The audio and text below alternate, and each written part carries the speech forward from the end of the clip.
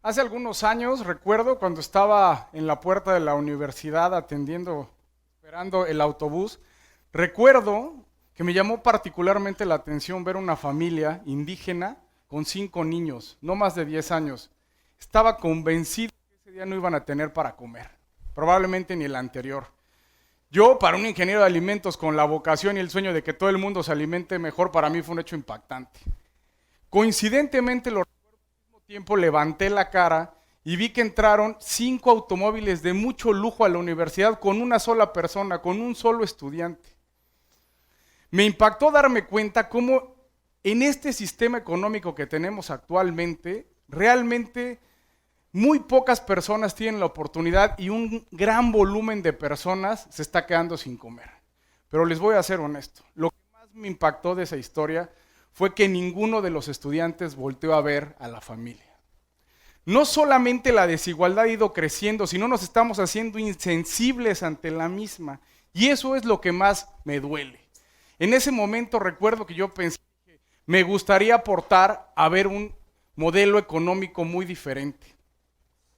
Después de eso, la desigualdad siguió creciendo. Solamente les pongo unos ejemplos muy sencillos. Actualmente en nuestro país 56 millones de mexicanas y mexicanos que están en la parte más pobre del país tienen la misma riqueza que una sola persona que nosotros ponemos en las portadas de las revistas. Y no solamente en nuestro país, en el mundo, por primera vez en la historia de la humanidad, en plena pandemia, surge un trillonario.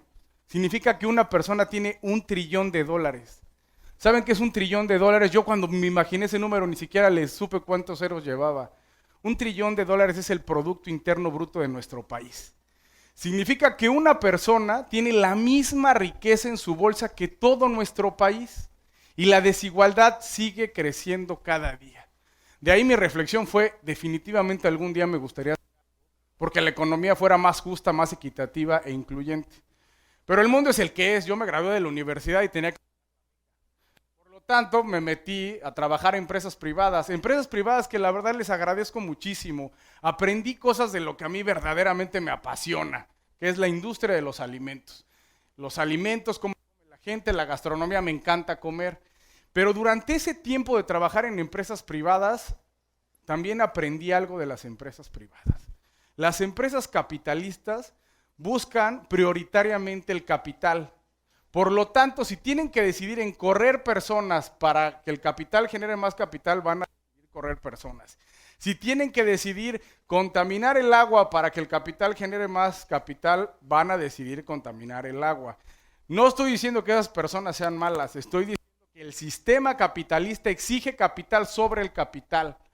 Y así es, después de mucho andar, yo en algún momento dije, yo quiero tener mi propia empresa y decidir sobre eso, porque realmente no tiene injerencia en esas decisiones. Pero al final me pasó lo que seguramente le pasa a muchos emprendedores. Yo no tenía ni un centavo. Y realmente bajo el paradigma de capital, pues te dicen que si no tienes capital no harás una empresa, es más, te dicen ve a pedirlo. Pero como a mí no me convencía del todo por muchas historias que tuve en esas empresas, yo lo que pensé fue, ¿qué es lo que sí tengo? A ver, tengo una vocación y una pasión por los alimentos. Tengo talento y además tengo muchos años trabajando en esto. En esos años conocí gente sumamente talentosa, con habilidades diferentes a las mías y sobre todo que les apasionaba lo mismo, que eran los alimentos. Así fue como nos empezamos a juntar y un día dijimos, a ver, antes de generar ideas, que eso es lo que siempre nos pasa a los emprendedores, creemos que tenemos la idea más creativa antes de ver si realmente resuelve un problema.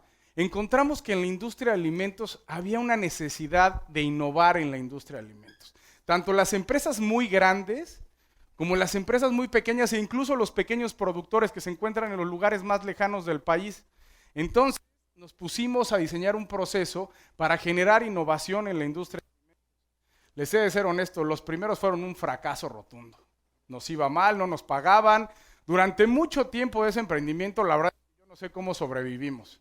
Pero el asunto concreto es que llegamos a una metodología muy concreta que le logramos vender con el tiempo a las empresas de alimentos más grandes de nuestro país. Y no solamente esas, sino que con lo que cobrábamos a estas podíamos ir a hacer pequeños proyectos con productores en Guerrero, en Chiapas, en Tabasco, en Michoacán. Y realmente nos encantaba lo que hacíamos. Decía Confucio, aquel que ama lo que hace nunca tendrá que trabajar. Y como todo el día estábamos hablando de alimentos y qué inventábamos, me pareció espectacular un día que nadie se dio cuenta que era domingo. Estábamos tan enfocados en el laboratorio que nadie se había dado cuenta que era domingo. Así fue como esa empresa empezó a crecer, simplemente al unirnos gente que nos apasionaba lo mismo y unir las habilidades de cada uno. Cuando la empresa estaba yendo bien, recuerdo que un maestro en la universidad donde nosotros tuvimos una vinculación en un centro de innovación tecnológica, llega y toca nuestra puerta y nos dice, tenemos una pregunta, ¿quién es el dueño de esta empresa? Dije, ¿el dueño? Yo reí y dije, pues prácticamente todos los que ves aquí. Dice, ¿pero cómo? O sea, todos son dueños, entonces ¿cómo le hacen para ponerse de acuerdo? Le dije, mira, las decisiones importantes es un tema, nos peleamos, discutimos, votamos y eventualmente sí es que cuando decidimos todos vamos con la misma. Dice, qué interesante. Otra pregunta, ¿y cómo se pagan entre ustedes? Dije, no, pues mira, aquí prácticamente todos ganamos lo mismo. Esta empresa realmente lo que quiere es traer más gente talentosa y para eso hay que pagar bien. Por lo tanto, pues realmente lo que pagamos, la diferencia es muy poco. Dice, otra pregunta más, ¿por qué hacen proyectos allá en las sierras y tienen estos clientes tan grandes? Pues porque nos encanta, porque nosotros queremos que ese talento se dé en todos lados. Dijo, es interesante. Una última pregunta, nos hizo el maestro. ¿Están conscientes que su empresa es una empresa de economía social? Mi respuesta fue con una sonrisa. Y es una pregunta que les hago a ustedes. ¿Qué es la economía social? Yo me formé capitalistamente y dije, yo me paro todos los días para que aquí todos nos vaya mejor.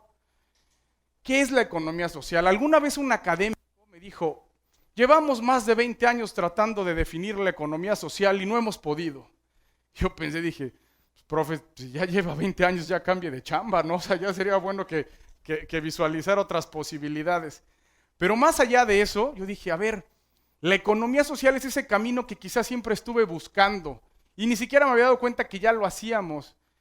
Con el tiempo yo me siento muy orgulloso de decir que la definición de economía social la pude poner en un solo renglón. Para mí la economía social es tan sencillo como eso, es un modelo socioeconómico de empresas de propiedad colectiva. Como pueden ver, pongo empresas en negrita y en azul. Quiero que se vea la palabra empresas con claridad, no le tengamos miedo a decir que somos empresarias y empresarios.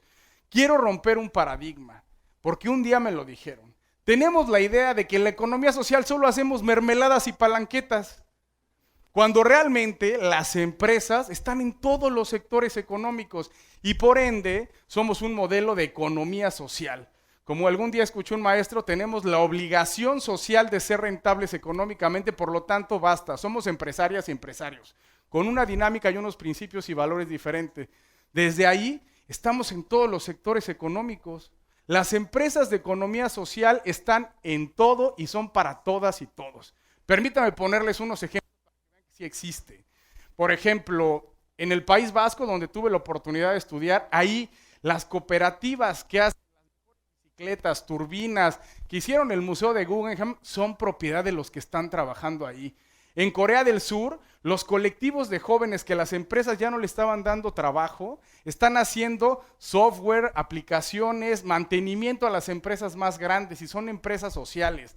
Alemania, el 76% de su sistema financiero es un sistema financiero social. Los bancos son de los ahorradores. En Estados Unidos, ustedes han visto que es el país más iluminado del planeta, la energía eléctrica, buena parte de ella viene de cooperativas. En Argentina, los cuidados de adultos mayores y los cuidados de los niños son por medio de cooperativas.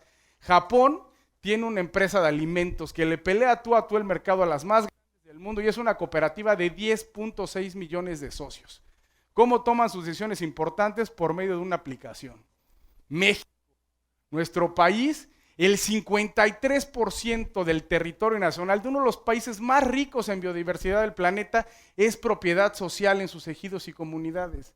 Con esto les quiero decir que la economía social está en todos los sectores económicos y esto es muy, muy importante. Pero ¿por qué estas empresas, que son empresas con una lógica distinta, tendrían la capacidad de reducir la desigualdad y hacer un mundo más sustentable, porque realmente estas empresas tienen principios y valores diferentes por una razón muy sencilla. Estamos democratizando las decisiones importantes, no se las estás dejando al capital. Así cuando dicen, oigan, está bien contaminar los ríos y los mares, ¿cómo? Si ahí nos bañamos los domingos, por supuesto que no, vamos a tener que invertir para limpiar esas aguas. Está bien cambiar la formulación por una que no es tan saludable, no, porque eso se lo van a comer mis hijos y mis hijas. Por supuesto que no. Está bien que corramos a la mitad de la plantilla, no porque son mis amigos y porque trabajo con ellos. Estas empresas tienen principios y valores diferentes. Por eso son el camino para generar un mundo más justo, más equitativo y sustentable. Pero para esto empieza en el individuo. Son empresas colectivas que si nosotros no decidimos cambiar a una ambición individual que nos enseña el capitalismo, a cambiar un cooperativismo y una colectividad que realmente beneficie a la comunidad, esto no. Después de muchas cosas que les he contado, yo tengo total claridad. Yo no quiero tener un auto lujoso. Es más, yo ni siquiera sé qué coche tengo. Sé que lo necesito y lo uso, pero no me interesa tener ni uno, ni dos, ni tres, ni los coches más caros, ni muchas casas, porque entiendo que la riqueza es finita.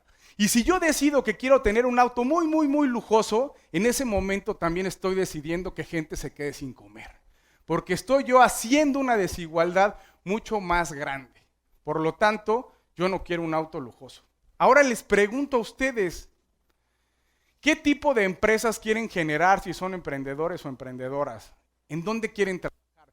En empresas de capital, donde el dueño probablemente esté en Dubái o en un barco en Mónaco, que no le interese conocer México y que él tome todas las decisiones desde donde esté, o incluso ni siquiera sabemos si está por el capital, y que decida cobrar a la gente, ensuciar los mares, ensuciar los ríos, que decide incluso provocar problemas comunitarios, o prefieren trabajar y crear empresas de economía social, que es lo más importante. Ustedes tienen la decisión. Y desde ahí, con esa decisión ustedes pueden decir, quiero fórmulas más saludables en los alimentos, quiero los ríos limpios, quiero provocar lugares seguros, quiero que todos ganemos lo mismo porque no quiero un auto lujoso. Simplemente quiero que todos tengamos bienestar y que ese bienestar esté en toda la comunidad. Repito nuevamente, ¿qué tipo de empresas desean? ¿De capital o empresas de economía social? Muchas gracias.